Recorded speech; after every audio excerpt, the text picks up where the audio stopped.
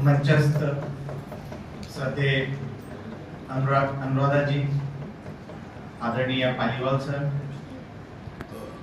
रचना ma'am और आदरणीय Pushpalata ma'am और देवेंद्र जी, इस विश्वविद्यालय के अभिभावक के नाते वो जुड़ते हैं और साथ में मेरे सामने विराजे हैं एक और देवेंद्र जी को भी नमस्कार।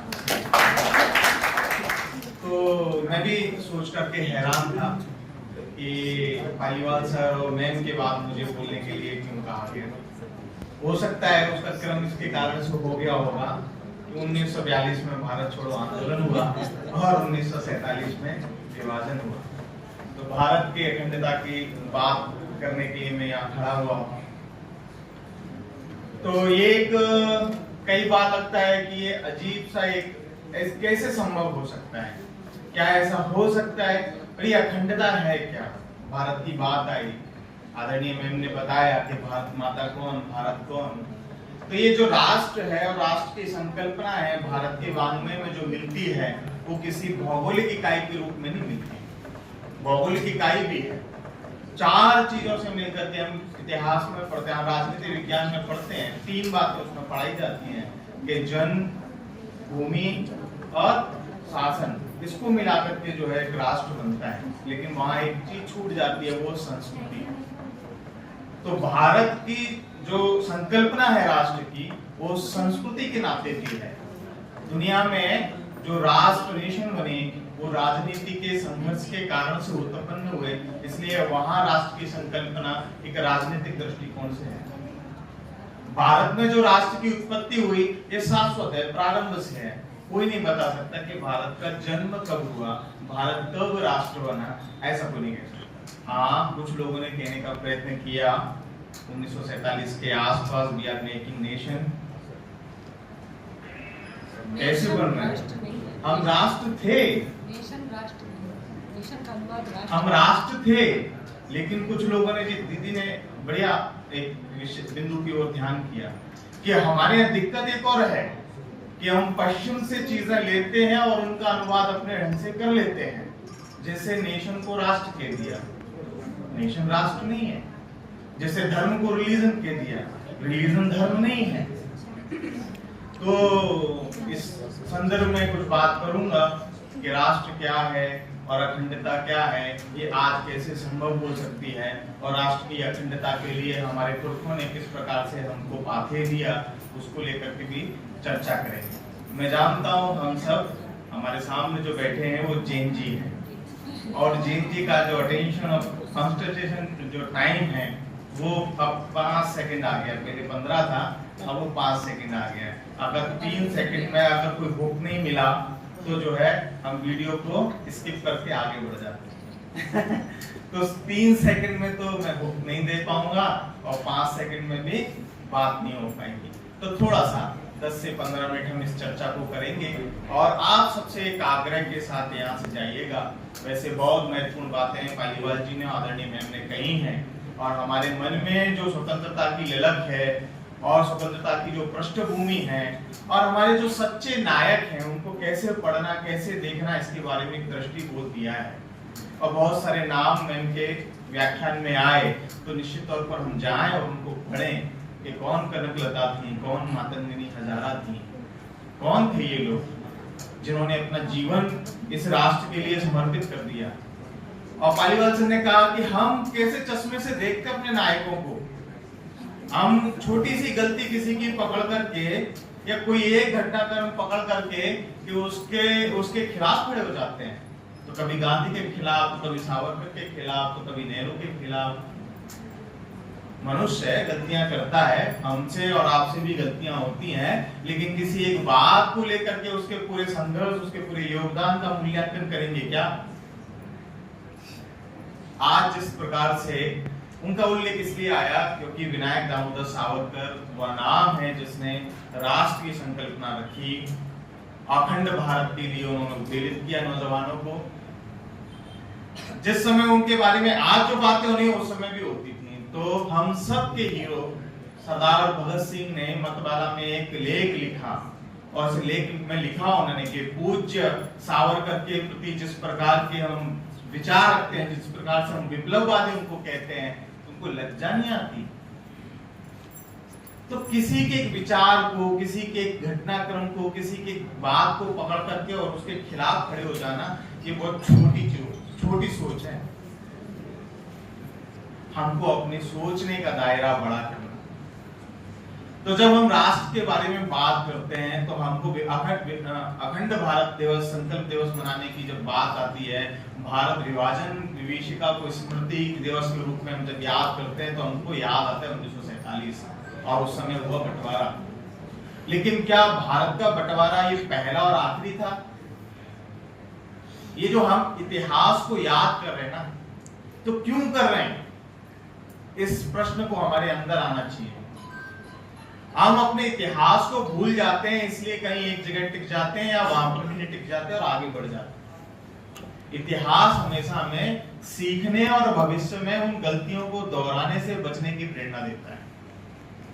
इसलिए 1947 में जो बंटवारा हुआ वो पहला और आखिरी बंटवारा नहीं है। अभी भी कई विभाजन की आवाजें पूरे देश में से आती हैं कि हमको फलाना प्रदेश दे दो, हमको ये बना दो, और यहाँ से इसको चिकन नेक से काट दो तो ये अलग देश बन जाएगा और हम अलग देश हैं, हम अलग राष्ट्र हैं। इस प्रकार की आवाजें देश के अलग अलग हिस्सों से हमको आती हुई सुनाई देती हैं। तो कभी भाषा के नाम पे सुनाई देती हैं, तो कभी संप्रदाय के नाम पे सुनाई देती हैं, तो कभी किसी और बात को लेकर के सुनाई देती हैं। ये तब तक सुनाई देती रहेंगी जब तक भारत को अपनी माता कहने वाले हम लोगों के मन में वेदना नहीं जागेगी कि हम अपनी माँ की सेवा कैसे करें, कैसे उससे प्रेम करें और हमारे कर्तव्य क्या है उनका निर्वहन कैसे करें।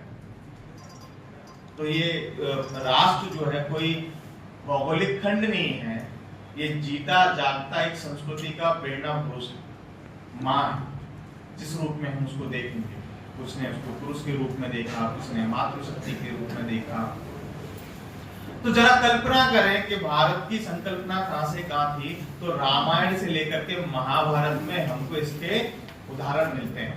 ये जो महाकाव्य नहीं है और ये कोई धार्मिक ग्रंथ भी नहीं है, जिस दृष्टि से हमने उनको लाल कपड़े में लपेट करके और अगरबत्ती घुमाते रहते हैं, इसके लिए नहीं है ये ग्रंथ।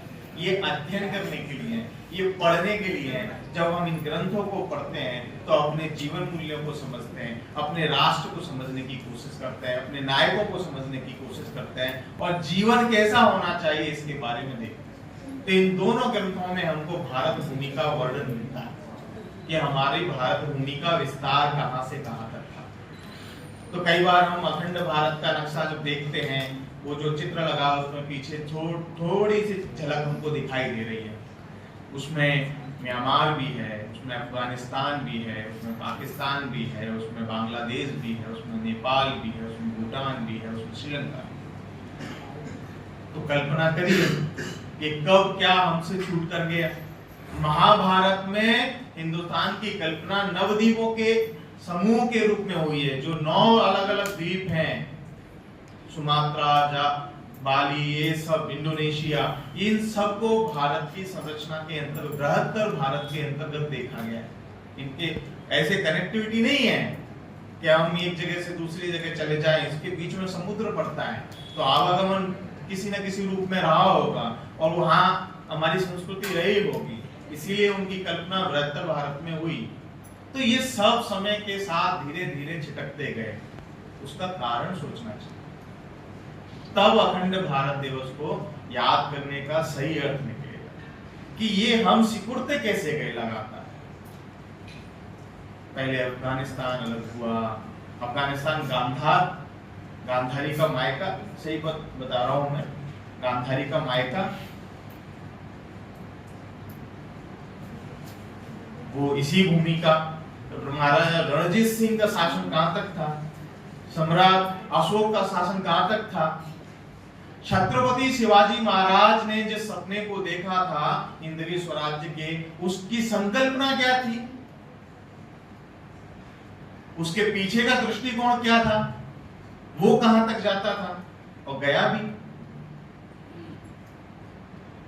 तो इन चीजों को जब हम देखेंगे तो ये क्यों हुए, इसके बारे में जब तक हम विचार नहीं करेंगे, हम शपथ ले लेंगे, संकल्प ले लेंगे, लेकिन परिणाम नहीं निकलेगा। हम वहीं के वहीं खड़े होंगे और हमारा राष्ट्र धीरे धीरे क्षीण होता रहेगा और उसका क्षरण होता रहेगा, धीरे धीरे एक एक करके टुकड़े होते रहेंगे। तो किसी भी राष्ट्र को सशक्त बनाने में वहाँ की नौजवान और बौद्धिक जो ताकत है उसकी बड़ी भूमिका रहती है। किसी ने एक बहुत है तो कविता पॉपुलर वे में लिखी हुई है लेकिन बड़ी महत्व की है कि इतिहास उधर मुड़ जाते हैं जिस ओर जवानी चली। मैं एक नायक के बारे में पढ़ रहा था, उनका नाम मुझे स्मरण नहीं, कि वो दूसरे देश पर आक्रमण कब करते थे, जब वो पहले गुप्तचर भेजते थे और ये पता करते थे कि वहाँ के नायक जो युवा है वो क्या सोच रहे हैं अपने देश के बारे में, उनके बीच में चलने वाली चर्चाएं कौन सी हैं। जब वो पता करते थे कि इस देश के युवाओं का जो अपनत्व है वो राष्ट्र के प्रति नहीं है, अपनी जमीन, भूमि, लोगों, जंगल इनके प्रति नहीं है, तो वो वहाँ आक्रमण करता और सफलता के साथ उस राष्ट्र को जीत लेता था और अपने में मिला लेता। तो हमारे बीच में किस प्रकार का दृष्टिकोण चलना चाहिए, हमारे बीच में किस प्रकार की बातचीत चलनी चाहिए। आज अगर अखंड भारत दिवस की बात करते हैं तो कई लोग उपहास उड़ाते हैं कि कैसे करोगे, क्या होगा रास्ता। तो अमर नायकों ने कहा, जो स्वतंत्रता का आंदोलन जिनने लड़ा और जिनकी आंखों के सामने वो दर्दनाक घटनाक्रम हुआ, उनने भी कहा कि एक ना एक दिन इस देश को एक होना है। अरविंदो होंगे, उनने कहा, विनायक दामोदर सावरकर ने कहा, और भी अनेक लोगों ने कहा, बाद में पंडित दीनदयाल उपाध्याय ने कहा कि ये स्थायी नहीं है, ये जो विभाजन है राष्ट्र का स्थायी नहीं है, अस्थायी है, क्योंकि आज भी एक सांस्कृतिक रूप से हम एक दूसरे के साथ जुड़े हैं। कभी जब हम बहुत अंतर्मन में जाते हैं लोगों के, दूसरे देशों के, तो हमको दिखाई देता है। आज भी आप इंडोनेशिया में जाएंगे तो दुनिया की सबसे बड़ी रामायण का मंचन इंडोनेशिया में होता है और दुनिया का सबसे अधिक मुस्लिम आबादी वाला देश है। वहां के लोगों के नाम पाएंगे तो हिंदू नाम जैसे आपको मिलेंगे। आप थाईलैंड जाएंगे तो वहां के सबसे बड़े जो सेमिनार हॉल है उसका नाम रामायण है और वहां रोज रामायण का मंचन होता है। आप दुनिया के कोई भी देश में चले जाओ, बहुत जो जिनको हमने बृहत्तर भारत में शामिल किया, जिनकी हम कल्पना करते हैं, वहां आपको भारतीय संस्कृति के प्रतीक मिलेंगे। तो कहीं ना कहीं आज भी हमारा उनके साथ एक जुड़ाव है। तो आगे चलकर के हम कैसे जुड़ेंगे, तो ये प्रयास तो करें, उसके बाद क्या होगा ये देखेंगे। यूरोप यूनियन के नाम पर एक हो जाते हैं ना, एक सारे राष्ट्र अलग अलग मिलकर के, सारे देश अलग अलग मिलकर के एक यूरोपियन यूनियन की बात आती है तो एक साथ खड़े होते हैं। मुस्लिम राष्ट्र हैं, जो मुस्लिम राष्ट्रीयत की बात आती है तो वो सारे के सारे एक साथ खड़े होते हैं। तो भारत के साथ जो लोग थे, भारत के जो हिस्से थे, जब हम उनको लेकर के चलेंगे एक शुभ संकल्प के साथ, तो निश्चित तौर पर कोई ना कोई रास्ता निकलेगा कि हम सब एक बेहतर एक प्रशासनिक दृष्टि से एक साथ आ सकते हैं। और ऐसा हुआ है, ये कोई अनोखा विचार नहीं है। जर्मनी दो हिस्सों में बट गया था, बाद में जर्मनी के नागरिकों ने, दोनों ही हिस्सों के नागरिकों ने तय किया कि हम ऐसे अलग अलग नहीं रह सकते, खत्म हुआ, एक साथ आ गए। इटली में विभाजन हो गया था, खत्म हुआ, एक साथ आ गए। ऐसे और भी कई उदाहरण आपको देखने को मिल जाएंगे। ऐसे भी उदाहरण देखने को मिल जाएंगे कि राष्ट्र का अस्तित्व ही नहीं भूगोल के नाम पे, सिर्फ स्मृतियों में है, सांस्कृतिक चेतना में है। उसका एक उदाहरण है इजराइल। उनके पास उनकी भूमि नहीं थी, लेकिन सपना था आंख में कि एक ना एक दिन हमारा राष्ट्र होगा, जमीन होगी हमारे पास, और वो सपना साकार होता है एक समय में। क्यों? क्योंकि वहां के नागरिक नित्य अपने सपने के रूप में अपने राष्ट्र को देखते थे और संकल्प लिया रखा था उन्होंने कि एक ना एक दिन हमारा राष्ट्र, हमारी भूमि, हमारी मातृभूमि हमको मिलेगी। और हमारे लिए गौरव की बात है कि उनको पहली जमीन का टुकड़ा जीत करके हमने दिया हाइफा के युद्ध में।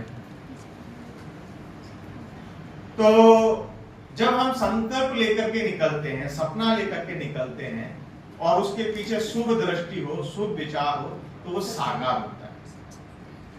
तो एक मुस्लिम विद्वान हुए, उन्होंने बाद में कहा कि 40 वर्ष तक, गुलाम मुर्तजा सैयद नाम था उनका, उन्होंने कहा कि 40 वर्ष बाद उन्होंने टिप्पणी की भारत विभाजन के बाद, पाकिस्तान वाले विभाजन के बाद, कि 40 वर्षों में इन दोनों देशों में से किसको लाभ हुआ? किसी को नहीं। अगर हम एक साथ होते तो दुनिया की एक बड़ी ताकत के रूप में होते। और इसको और हम दृष्टि दें कि और हमारे पास बाकी के हिस्से भी हमारे साथ होते तो हम क्या होते? तो आज कोई हमको धमका रहा है, चमका रहा है या दबाव डालने की कोशिश कर रहा है, तब क्या कर पाता? हम अपने आप में एक भौगोलिक इकाई, बड़ी भौगोलिक इकाई के साथ एक महाशक्ति के रूप में होते। अभी भी हम बढ़ रहे होते सामने। तो इसलिए आज जब हम यहाँ से उठे तो थोड़ा अपने इतिहास को एक सीमित दायरे तक नहीं, एक सीमित जगह तक नहीं, उसके पीछे जाकर के देखने की कोशिश करें और देखें कि हम कैसे एक दूसरे से जुड़े थे और क्या गलतियां हुई कि देश बार बार बढ़ता रहा। एक और बात कह करके अपनी बात पूरी करूंगा, वहां से अपने सोचने की दृष्टि भी आप लेकर के जा सकते हैं कि 1905 में अंग्रेजों ने इस भारत के एक हिस्से, एक प्रांत के 2 टुकड़े किए थे, बंगाल के। लेकिन देश खड़ा हो गया कि ये विभाजन हम स्वीकार नहीं करेंगे, अड़ गया, वंदे मातरम को घोष बना लिया, मंत्र बना लिया और आखिरकार अंग्रेजों को घुटने टेकने पड़े और 11 में जाकर के उनको वापस बंगाल को एक करना पड़ा। फिर क्या कारण रहे कि हम एक प्रांत के बंटवारे के लिए तो उठ करके खड़े हो गए, अंग्रेजों को परास्त कर दिया, लेकिन जब देश के विभाजन की बात आई तो हमने सरेंडर कर दिया, हमने हथियार डाल दिए। तो परिस्थितियां कुछ रही होंगी, वो परिस्थितियां क्यों बनी, ये सोचने की बात है। इसके पक्ष विपक्ष हो सकते हैं कि उस समय बंटवारा रोका नहीं जा सकता था, उसके पीछे दृष्टि अच्छी थी कि उसको हम प्राप्त करें, उसके बाद आगे का रास्ता तय करेंगे, सब बातें हो सकती हैं। लेकिन विभाजन हमने स्वीकारा, तो क्यों स्वीकारा और क्यों ऐसी स्थिति बनी, इसका जब तक हम चिंतन नहीं करेंगे, इसके बारे में सोचेंगे नहीं, तब तक हम आगे के अपने रास्ते को सुरक्षित नहीं रख सकते, अपनी स्वतंत्रता को सुरक्षित नहीं रख सकते। तो अपनी इस महापुरुषों के लहू पसीने, उनके सत्याग्रह, उनके परिश्रम पराक्रम से जो हमको स्वतंत्रता प्राप्त हुई है, उसकी सर्वांग सुरक्षा के लिए हमको संकल्प लेना होगा कि हमसे जो भूल हुई, हमसे जो गलतियां हुई या हमारे कर्तव्यों में जहां कमी आई है तो क्यों आई है, उसका उपचार क्या हो सकता है, समाधान क्या हो सकता है। तो समाधान की दृष्टि लेकर के जब तक हम आगे नहीं बढ़ेंगे तो हमको आगे भी चुनौतियों का सामना करना पड़ सकता है। जय हिंद।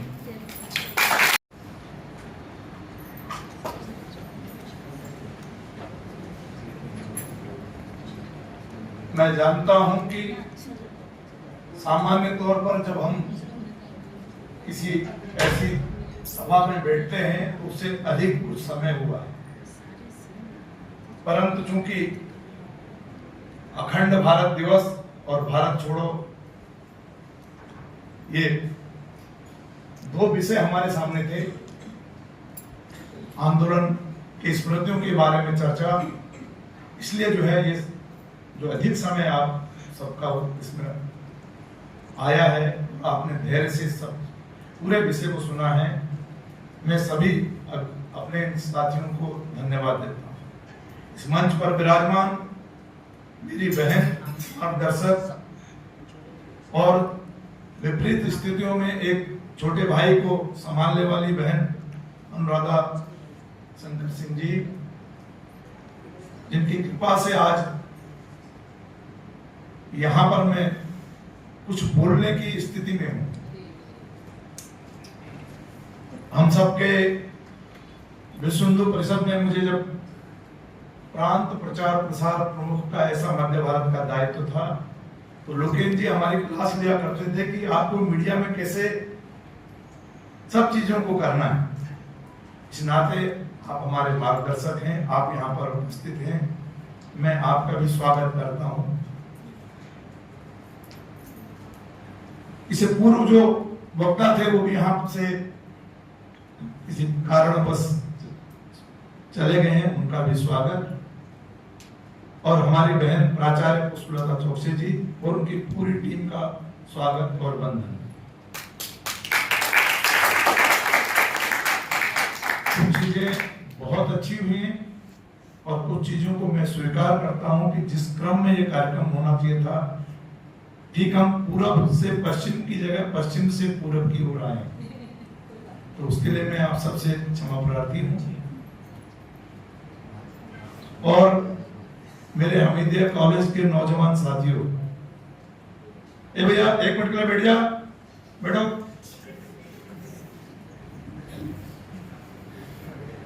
आपको ध्यान होना चाहिए कि हम प्रधानमंत्री एक्सीलेंस कॉलेज के छात्र हैं और इसलिए हमारे हर एक्ट से इसकी साख और इसकी छवि को आगे बढ़ना चाहिए।